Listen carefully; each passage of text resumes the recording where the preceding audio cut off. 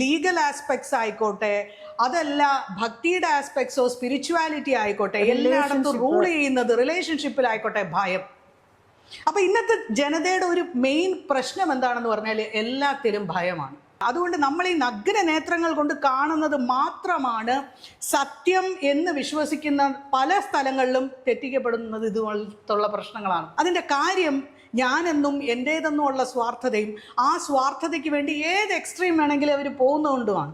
സാധാരണ സ്ത്രീ എന്താണ്, എവിടം തൊട്ട് എങ്ങനെ തുടങ്ങണം, എങ്ങനെയാണ് ഭക്തി തുടങ്ങേണ്ടതെന്നുള്ളത് എപ്പോഴും നമുക്ക് ഈ ട്യൂണിങ് സംവിധാനം, അതായത് ഈശ്വരനുമായിട്ടുള്ള ആ ഒരു ട്യൂണിങ്, നമ്മൾ റേഡിയോ FM ഒക്കെ ട്യൂൺ ചെയ്യുന്നത് പോലെ ട്യൂൺ ചെയ്യണമെങ്കിൽ ഒരു ഗുരുവിന്റെ സാന്നിധ്യം വേണം. കാരണം ആ ഒരു വ്യക്തിയല്ല, ഒരു പരമ്പരയാണ്. ഇപ്പൊ നമ്മൾ ഇവിടെ ഇരിക്കുമ്പോൾ പരശുരാമസ്വാമി തൊട്ടുള്ള പരമ്പരയാണ് ഇവിടെ ഇരിക്കുന്ന, വ്യക്തിയല്ല.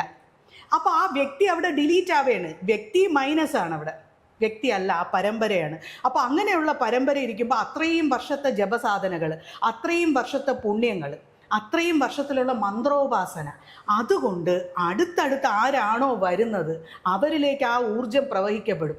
അവർ കുലം സംരക്ഷിക്കും. കാരണം അവർക്ക് വേറെ ഒന്നും അല്ല, കുലം സംരക്ഷിക്കുക എന്നുള്ള ഒറ്റ ഒരു ഉദ്ദേശത്തോടു കൂടി പൂർവികർ തന്നെ ഒരു ശരീരം തിരഞ്ഞെടുത്ത് വരെയാണ്. ഓ, മനസ്സിലായി. അതിനെയാണ് ഈ ഒരു ജനിക്കുന്ന കുട്ടികൾ അവരുടെ അമ്മമാരെ തിരഞ്ഞെടുക്കുമെന്ന് പറയുന്നതുമായിട്ട് ഇത് ബന്ധമുണ്ട്. അതെ, കാരണം എന്താന്ന് പറഞ്ഞു കഴിഞ്ഞാൽ നമ്മൾ എന്തൊക്കെ നേടിയാലും നമ്മുടെ മക്കൾ വലിയ സംഭവമാണ്, അമ്മയും അച്ഛനും വലിയ സംഭവമാണ്, നമ്മൾ വലിയ സംഭവമാണ്, എല്ലാം ശരിയാണ്. കാലം പിടിച്ചു മാറ്റും. എന്ത് തന്നോ അതെല്ലാം കാലം തിരിച്ചെടുക്കും. അപ്പൊ കാലം തിരിച്ചെടുക്കുമ്പോൾ കാലനല്ല കാലം, കാലം എങ്ങനെ തന്നോ അതുപോലെ കാലം തിരിച്ചെടുക്കുമെല്ലാം. അപ്പൊ കാലം ഇതെല്ലാം തിരിച്ചെടുക്കുമ്പോൾ നമ്മൾ അടുത്ത് എങ്ങനെയാണോ പാമ്പ് ആ തോല് വിട്ടിട്ട് അടുത്തൊരു തോളിലേക്ക് മാറി അല്ലെങ്കിൽ വേറൊരു ശരീരം സ്വീകരിച്ച് പോകുന്നു, അതുപോലെ നമ്മൾ പോവാനുള്ള സന്നദ്ധത വേണം. അതിനുള്ള പ്രിപ്പറേഷനാണ് ശരിക്കും പറഞ്ഞു കഴിഞ്ഞാൽ മെഡിറ്റേഷൻ. അമ്മ, നല്ലൊരു ഗുരുവിനെ നമ്മൾ എങ്ങനെ തിരഞ്ഞെടുക്കും? അനേക ജന്മ സംപ്രാപ്തം. ഇത് നമ്മുടെ തന്നെ ആത്മാവിൻ്റെ അനുഗ്രഹവും മാതാപിതാക്കളുടെ അനുഗ്രഹവും ഉണ്ടെങ്കിൽ, നമ്മുടെ തന്നെ ആത്മാവിന്റെ അനുഗ്രഹം ഉണ്ടെങ്കിലേ സദ്ഗുരുക്കന്മാർ മുമ്പ് വരുള്ളൂ. വന്നാൽ നമുക്ക് അറിയാൻ പറ്റൂല, അവർക്ക് പ്രത്യേക എക്സ്ട്രാ ഫിറ്റിംഗ് ഒന്നും കാണൂല സാധാരണ മനുഷ്യർ. കാരണം ഇന്നത്തെ കാലത്ത് പലരെയും കുറിച്ച് നമ്മൾ അറിയുന്നത് അവരുടെ ബാക്ക് ഹിസ്റ്ററികളെ കുറിച്ച് പലരും കിണ്ടിയെടുത്ത് വളരെ മോശമായിട്ട് ചിത്രീകരിക്കുന്നുണ്ട്. അപ്പം നമ്മൾക്ക് പലരും എന്നാലും അവിടെ പോകുന്നുണ്ട്, ആശ്വാസം കാണുന്നുണ്ട്, അവരുടെ ഒന്നുമില്ല. പക്ഷെ ഞാനൊരു സാധാരണ ഒരു സ്ത്രീയാണ്.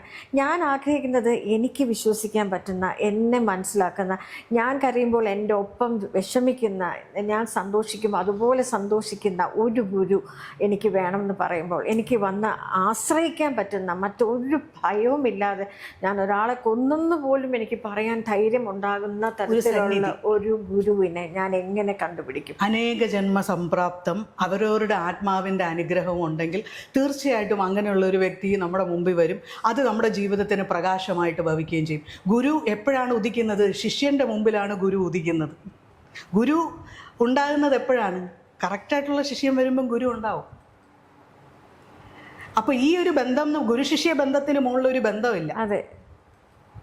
അപ്പൊ അങ്ങനെ ഒരു സമ്പ്രദായം നമ്മുടെ ഇവിടെ സ്ത്രീകൾക്ക് പ്രത്യേകമായിട്ടും, ഒരു സ്ത്രീക്ക് ഒരു വിഷയം വന്നു, അവൾ എവിടെ പോയി പറയും? അതെ, അങ്ങനെ പറയാൻ പറ്റുന്ന ഒരു സന്നിധിയാണ് ശ്രീ മഹാലക്ഷ്മി മഠം. അപ്പോൾ അവിടെ വന്ന് എല്ലാവർക്കും അവരുടെ വിഷമങ്ങൾ പറയാനും, അതേപോലെ തന്നെ അവരെ യാതൊരു വിധത്തിലും അവരിൽ നിന്നും ഒന്നും നേടണമെന്ന് ആഗ്രഹിക്കാതെയും തിരിച്ച് പ്രത്യുപകാരമായി ഒന്നും ആഗ്രഹിക്കാതെയും സൂര്യപ്രകാശം പോലെയും ഓക്സിജൻ പോലെയും എങ്ങനെ നിസ്വാർത്ഥമായിട്ട് നിൽക്കുന്നു, അതാണ് ഗുരു. സൂര്യപ്രകാശം നമുക്ക് കാശ് കൊടുക്കാൻ പറ്റില്ല, അമ്മയുടെ വാത്സല്യം, മുലപ്പാല്, ഇതിനൊന്നും നമുക്ക് കാശ് കൊടുക്കാൻ പറ്റില്ല. അപ്പം ചില വാല്യൂ ഉള്ള കാര്യങ്ങൾ ഫ്രീ ആണ്. അതെ, അമ്മ ഞാനിപ്പോൾ പറഞ്ഞതുപോലെ സത്യമുള്ള ഒരാൾക്ക് മാത്രമേ അമ്മയുടെ മുന്നിൽ വന്ന് ഞാൻ കരയുമ്പം അയ്യോ അങ്ങനെയാണോ മോളെ എന്ന് പറഞ്ഞ് അമ്മയുടെ കണ്ണ് നിറയത്തുള്ളൂ. അങ്ങനത്തെ ഒരു ബന്ധമാണ് ഇന്നത്തെ സ്ത്രീകൾക്ക് ആവശ്യം. ഏറ്റവും കൂടുതൽ വേണ്ട ഒരു ആശ്രയം. എന്ത് വന്നാലും നമുക്ക് മറ്റുള്ള ഒന്നും അല്ലെങ്കിൽ പോലും നമുക്ക് ആശ്രയിക്കാം, അവിടെ ചെല്ലുമ്പോൾ ഒരു സമാധാനമാണ് എന്നും പറഞ്ഞ് നമുക്ക് എത്തപ്പെടാൻ പറ്റിയ ഒരു സ്ഥലമാണെന്ന് ഞാനിപ്പം മനസ്സിലാക്കുന്നു. കാരണം അമ്മയോട് സംസാരിച്ച ശേഷം വളരെ പോസിറ്റീവായിട്ട് ഒരു തരത്തിലുള്ള ഒന്നിനെയും ഇൻക്ലൂഡ് ചെയ്യാതെയാണ് അമ്മ ഇത്രയും കാര്യങ്ങൾ പറഞ്ഞത്. നമ്മുടെ ഉള്ളിലെ നമ്മളെ ആണ് അമ്മ വെളിയിലെടുത്ത് കൊണ്ടുവരണം എന്ന് അമ്മ ചോദിക്കുന്നത്. അല്ലാതെ പൂജകളോ ഹോമങ്ങളോ ഒന്നും അമ്മ പറയുന്നിട്ടില്ല. അമ്മ പറയുന്നതാണ് നിങ്ങളുടെ ഉള്ളിലാണ് അത് ആ സത്യമുള്ളത്. അത് തിരിച്ചറിയുമ്പം അത് എത്തേണ്ടടുത്ത് കൊണ്ടെത്തും. അതായത് ഞാനിപ്പോൾ ഈ വന്ന് എത്തിയിരിക്കുന്നത് പോലെ എനിക്കിതിലെപ്പോഴും ഒരു സന്തോഷം എൻ്റെ ജീവിതത്തിലില്ല. ഞാൻ വളരെ സന്തോഷത്തോടെ ഞാനിത് പറയുന്നത്. ഇനിയിപ്പം മറ്റൊരു കാര്യം കൂടി ചോദിച്ചോട്ടെ. ഇപ്പം ഒരുപാട് ഇപ്പം ഏറ്റവും കൂടുതൽ എൻ്റെ ഞാൻ പലപ്പോഴും ഞാൻ അമ്പലത്തിലോ എവിടെ പോയാലും ഞാൻ പ്രാർത്ഥിക്കുന്നത് ഈ ഭൂമിക്ക് വേണ്ടിയാണ്. എനിക്ക് പലപ്പോഴും തോന്നിയിട്ടുണ്ട് ഏറ്റവും മോശമായ ഒരു ജാതകവും ഏറ്റവും മോശമായ ഒരു അവസ്ഥയും ഈ ഭൂമിക്കാണുള്ളത്. ഞാൻ ചെല്ലുമ്പം ദൈവമേ ഭൂമിയെ കാത്തുകൊള്ളണേ, ഒന്നും വരല്ലേ, അമ്മേനെ വിഷമിപ്പിക്കുന്നവരൊക്കെ ഒന്ന് അതിൽ നിന്നൊന്ന് പിന്തിരിപ്പിക്കണേ എന്ന് പ്രാർത്ഥിക്കും അമ്മ. ഇതിൽ എന്താണ് ഇതിനകത്തുള്ള ഈ ഭൂമി എന്ന് പറയുന്നത്? അല്ലെങ്കിൽ ഞാൻ അമ്മയുടെ സ്ഥാനത്താണ്, കാരണം അത് പ്യുവറാണ്, സത്യമാണ്, നിലനിൽക്കുന്ന ഒന്നാണ് ഭൂമി, ഒന്ന് സൂര്യൻ, ഇത് രണ്ടും ചന്ദ്രൻ, ഇതൊക്കെ സത്യങ്ങളാണ്. അപ്പം അമ്മയുടെ ഒരു ഒപ്പീനിയൻ എന്താണ് അതിനെക്കുറിച്ച്? അതായത് ഇന്ന് ലോകത്തിൽ ദുഷ്ടതയും സ്വാർത്ഥതയും ഞാനെന്നും എൻ്റേതെന്നും ഉള്ള ആ ഒരു അഹങ്കാരം തലവിരിച്ചാടുന്ന ഒരു കാലഘട്ടമാണ്.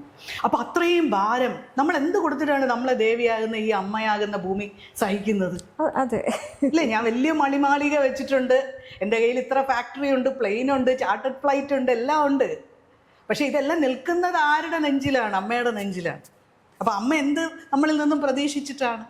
ഒന്നും പ്രതീക്ഷിക്കുന്നതല്ല. സത്യവും ജ്ഞാനവും സ്നേഹവും. അതായത് സ്നേഹമാണ് ഏറ്റവും വലിയ ജ്ഞാനം, അതിനു മുകളിലൊരു ജ്ഞാനമില്ല. അപ്പോൾ ആ സ്നേഹം എന്ന് പറയുന്ന ആ ഒരു ജ്ഞാനം നമ്മളിലേക്ക് വരണമെങ്കിൽ ഈശ്വര കൃപ ഉണ്ടാവണം. അപ്പോൾ ഭൂമി എന്ന് പറയുന്നത് ഇതെല്ലാം സഹിച്ചും ക്ഷമിച്ചും സ്നേഹിച്ചും നിൽക്കുന്ന ആ അമ്മയ്ക്ക് വേണ്ടി, അല്ലെങ്കിൽ ആ അമ്മയുടെ മുമ്പിൽ നമുക്ക് ശരിക്കും പറഞ്ഞാൽ നമ്മുടെ ശീർഷരായിട്ട് നിൽക്കാനല്ലാതെ വേറെ ഒന്നുമില്ല. അപ്പം ആ ജഗജ്ജനനിയായിരിക്കുന്ന ആ അമ്മയ്ക്ക് തന്നെയാണ് നമ്മുടെ എല്ലാ പ്രണാമങ്ങളും, അതുപോലെ എല്ലാ ക്ഷമാപണങ്ങളും. അറിഞ്ഞോ അറിയാതെയോ നമ്മളിൽ ആര് ചെയ്യുന്നതിനും നമ്മൾ ക്ഷമ ചോദിക്കുകയാണ് അമ്മയുടെ. അമ്മ, ഞാൻ ഒരു കാര്യം കൂടെ ചോദിക്കട്ടെ. അതായത് ഈ കാലത്ത് എല്ലാ മനുഷ്യരും സ്വയം തീരുമാനിച്ച് ഒരു മാറ്റം അവരുടെ ജീവിതത്തിൽ വരുത്തിയാൽ ഇത് എല്ലാം നല്ലതായി വരും എന്നാണ്. അപ്പം അങ്ങനെയാണെന്നുണ്ടെങ്കിൽ അത് ഓരോ മനുഷ്യർ എങ്ങനെ അവരുടെ മനസ്സ് ആ ഒരു പോസിറ്റീവ് രീതിയിലേക്ക് നമുക്ക് കൊണ്ടുവരാൻ സാധിക്കും? അല്ലെങ്കിൽ അവരെ കൊണ്ട് അത് ചിന്തിപ്പിക്കും? ഈ പോസിറ്റിവിറ്റിക്ക് ഏറ്റവും വലിയ തടസ്സം എന്ന് പറയുന്നത് ഞാനെന്നും എൻ്റേതെന്നും ഉള്ള ഭാവമാണ്. അപ്പം എൻ്റേത്, എനിക്ക് എന്തും ചെയ്യാം, എനിക്ക് വേണ്ടി എന്ന് ചിന്തിച്ച് മനുഷ്യൻ സന്തോഷത്തിലും സ്വസ്ഥതയിലുമാണ് റീച്ച് ആവുന്നതെങ്കിൽ സാരമില്ല, ആയിക്കോട്ടെ. പക്ഷെ അങ്ങനെയല്ലല്ലോ സംഭവിക്കുന്നത്. മുമ്പുള്ള ഒരു തലമുറ, നമ്മുടെ അമ്മൂമ്മമാർക്കൊക്കെ ഉള്ള ഒരു ശക്തി, അവരുടെ ആ തേജസ്, അവരുടെ ഇച്ഛാശക്തി, അവരുടെ പ്രവർത്തനത്തിലുള്ള ശക്തി ഇന്ന് ആരിലുണ്ട്? ഒരു സ്ത്രീയിൽ അത് കാണാൻ സാധിക്കുന്നില്ല. അതിൻ്റെ കാര്യം ഞാനെന്നും എൻ്റേതെന്നും ഉള്ള സ്വാർത്ഥതയും, ആ സ്വാർത്ഥതയ്ക്ക് വേണ്ടി ഏത് എക്സ്ട്രീം വേണമെങ്കിലും അവർ പോകുന്നതുകൊണ്ടുമാണ്. അപ്പം അങ്ങനെ പോകാതെ ഞാനെന്നും എൻ്റേതെന്നും ഉള്ളതിനെ അങ്ങ് ഡൈല്യൂട്ട് ചെയ്ത് കഴിയുമ്പോൾ തന്നെ ഏകദേശമുള്ള പ്രശ്നം ക്ലിയറായി. പക്ഷെ ഇത് ഡൈല്യൂട്ട് ചെയ്യുക എന്ന് പറയുന്നത് അത്ര ഈസി അല്ല. കാരണം ഇന്നത്തെ ഒരു രാഹു റൂളിംഗ് വേൾഡാണ്. ഓരോ കാലഘട്ടത്തിനും ഓരോ പ്രാധാന്യമുണ്ട്. ഇത് രാഹു റൂളിംഗ് വേൾഡാണ്. രാഹു റൂളിംഗ് എന്ന് പറയുന്നത് രാഹു ഗ്രഹമാണ് ആധിക്യം കൂടുതൽ. അപ്പം അങ്ങനെയുള്ള ഈ ലോകത്ത് കൂടുതലായിട്ടും സ്വാർത്ഥതയും അഹങ്കാരവും എൻ്റേതെന്നുള്ള ഭാവവും, അതുപോലെ തന്നെ ഈ മദ്യലഹരി, എല്ലാതരം ലഹരിയും ഇതിൽ വരും. അതായത് സ്ത്രീ പുരുഷ ലഹരി ആവട്ടെ, മദ്യത്തിൻ്റെ ലഹരി ആവട്ടെ, എല്ലാ ലഹരികളും കൂടുതൽ അതിൻ്റെ അൾട്ടിമത്തിൽ നിൽക്കുന്ന ഒരു സമയമാണ് ഈ രാഹു റൂളിംഗ് മൂമെൻറ്റ്, ആ ഇയർ. ഇപ്പം ശരിക്കും പറഞ്ഞാൽ പല സ്ഥലങ്ങളിലും ഈ നെഗറ്റീവ് എനർജി കുട്ടികളെ ഉപദ്രവിക്കുന്നതായിട്ടും ഒക്കെ അനുഭവങ്ങൾ എനിക്ക് പേഴ്സണലി എനിക്ക് അറിയാവുന്ന 1-2 കാര്യങ്ങളുണ്ട്. അമ്മ, അങ്ങനെ വരുമ്പോൾ നമുക്ക് എന്ത് ചെയ്യാൻ പറ്റും? ഇങ്ങനെയുള്ള സാഹചര്യങ്ങൾ, ഈ നെഗറ്റിവിറ്റി കൂടുതലും കുട്ടികളിലും ഒക്കെ വരുന്നതിന്റെ കാര്യം മറ്റേ ഒരു ആത്മാവിന്റെ ഒരു ഉപദ്രവം. ഇത് ഇന്നല്ല, കാലാകാലമായിട്ട് ഇതുണ്ടായിരുന്നു. പിന്നെ പണ്ട് ഈ ഇലക്ട്രിസിറ്റിയും കാര്യങ്ങളും ഒന്നും ഇല്ലാത്തപ്പോൾ അത്, കാരണം ഈ റോഡും കാടും, ഇപ്പോഴല്ലേ റോഡുകളൊക്കെ ഇത്രയും ലൈറ്റിങ്ങും ഒക്കെ കൂടുതലാണ്. പണ്ട് ഇത്രയും ലൈറ്റിങ്ങും കാര്യങ്ങളും ഒന്നുമില്ല. ഇരുട്ട്, രാത്രി 6 മണി കഴിഞ്ഞാൽ ആരും ഉണ്ടാവില്ല. അങ്ങനെയൊക്കെ ഉള്ള ഒരു സാഹചര്യങ്ങളായിരുന്നല്ലോ മുമ്പ്. അപ്പോൾ ഇങ്ങനെയുള്ള എലിമെന്റ്സ് അർദ്ധയാമങ്ങളിലാണ് ഇത് വരുന്നത്. അപ്പോൾ ഇങ്ങനെയുള്ള എലിമെന്റ്സ് വരുമ്പോൾ നമ്മളിൽ നെഗറ്റിവിറ്റി ഉണ്ട്, ഇല്ലെങ്കിൽ നമ്മളിൽ ജാതകവശാലോ അല്ലെങ്കിൽ നമ്മുടെ കർമ്മവശാലോ എന്തെങ്കിലും പ്രശ്നങ്ങളുള്ള ആൾക്കാരെ പെട്ടെന്ന്, ചില നക്ഷത്രക്കാരെ ഒക്കെ പെട്ടെന്ന് പിടിക്കും. അപ്പൊ ഇതിങ്ങനെ പിടികൂടി കഴിഞ്ഞു കഴിഞ്ഞാൽ ഒരു പരിധി വരെ അത് നമ്മുടെ ജാതകം കണ്ടു കഴിഞ്ഞാൽ അറിയാം ഇങ്ങനെയുള്ള ആൾക്കാർക്ക് അവർക്ക് ഡെഫിനറ്റ് ആയിട്ട് ആ കാലഘട്ടം വരുമ്പോൾ അങ്ങനെ ഒരു സിറ്റുവേഷൻ വരും.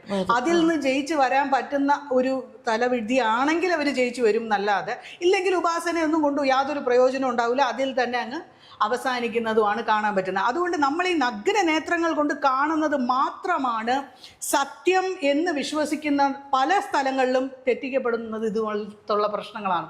കാരണം നമ്മൾ ഉദ്ദേശിക്കുന്നത് പോലെ അല്ല ഈ പ്രപഞ്ചം.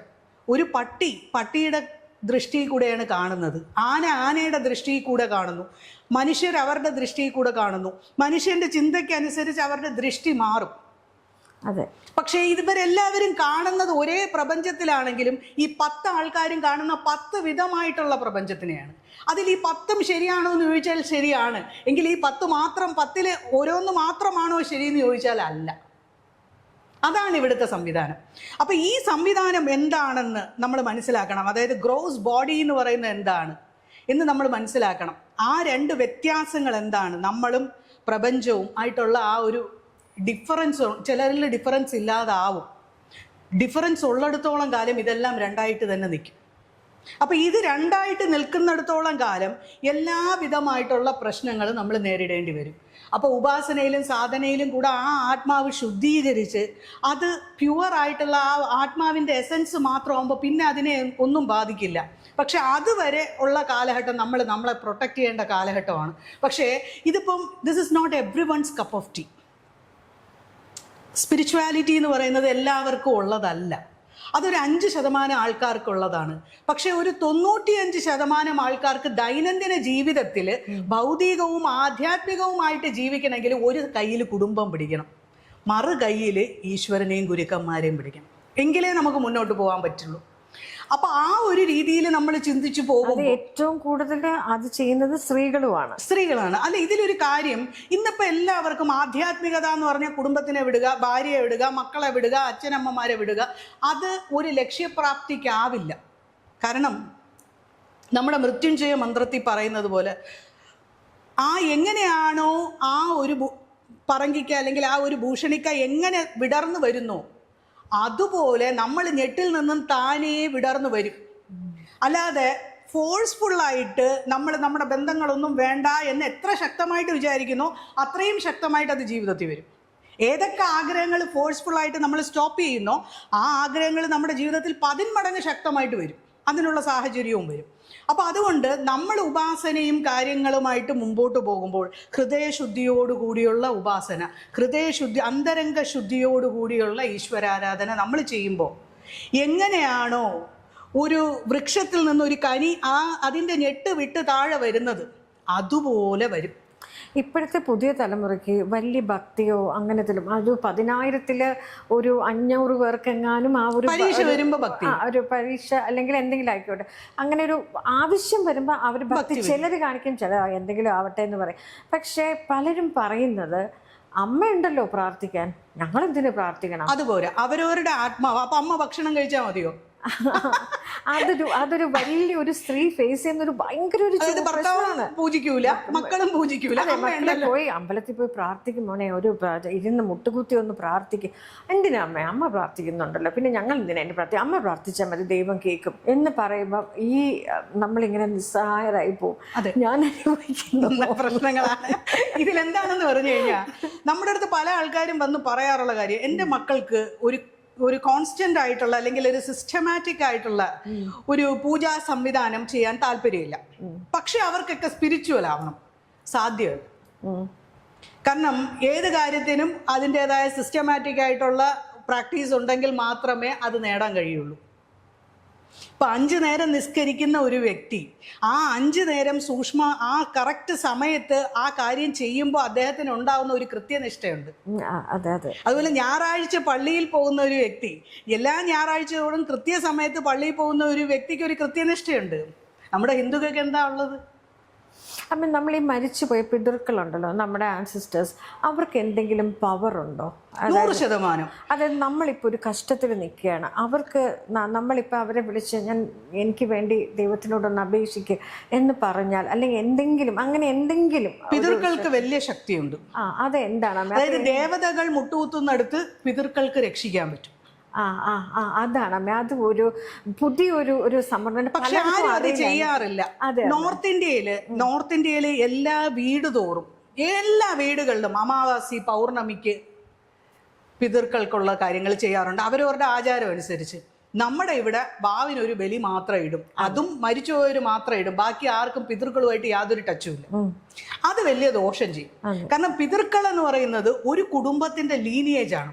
ഇവരറിയുന്ന അപ്പൂപ്പൻ അമ്മൂമ്മ അവരുടെ ജീൻസ് ആണ് അവരുടെ ബോഡിയിലുള്ളത്, DNA ആണ് അവരുടെ ബോഡിയിലുള്ളത്.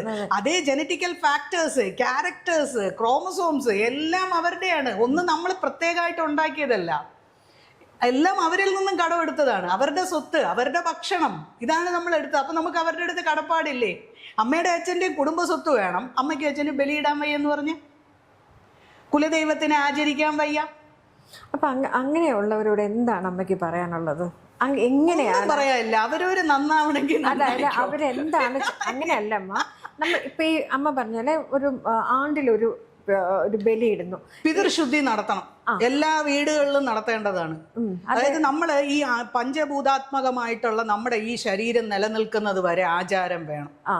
ആചാരമില്ലാത്തവർ ഒരു കാലഘട്ടത്തിന് മുകളിൽ പിടിച്ചു നിൽക്കൂല. അവരൊന്നുകിൽ ഭ്രാന്താശുപത്രിയിൽ പോവും, അല്ലെങ്കിൽ ആശുപത്രികൾ തോറും പോവും രോഗാവസ്ഥയിൽ. അതുമല്ലെങ്കിൽ ഇത് രണ്ടുമല്ലെങ്കിൽ അവർക്ക് അപമൃത്യു ഉണ്ടാവും, അതിന് യാതൊരു സംശയവുമില്ല. പക്ഷേ ഈ സത്യം ഉൾക്കൊള്ളാതെയാണ് ദീർഘകാലം ആയുസോടെയും ആരോഗ്യത്തോടെയും സന്തോഷത്തോടെയും ഇപ്പോഴുള്ള ഈ ഗാഡ്ജറ്റ്സും ഇത്രയും സൗകര്യങ്ങളും ഇല്ലാത്തപ്പോൾ മനുഷ്യർ ജീവിച്ചില്ലേ? അവർക്കുണ്ടായിരുന്ന ആ ശാന്തി ഇപ്പൊ ഇല്ല. അവർക്ക് വീട്ടിൽ ഒരു നേരത്തെ ഭക്ഷണം ഉണ്ടാവും, ഇല്ലാതിരിക്കും, പക്ഷെ അവരിലൊരു സന്തോഷം ഉണ്ടായിരുന്നു, ആത്മശാന്തി ഉണ്ടായിരുന്നു.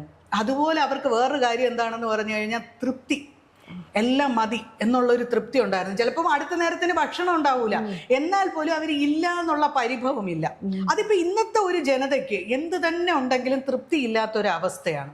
പിന്നെ അതുപോലെ ഭയം എന്ന് പറയുന്ന ഒരു ആസ്പെക്റ്റ് ആണ് ഇന്ന് എല്ലായിടത്തും റൂൾ ചെയ്യുന്നത്.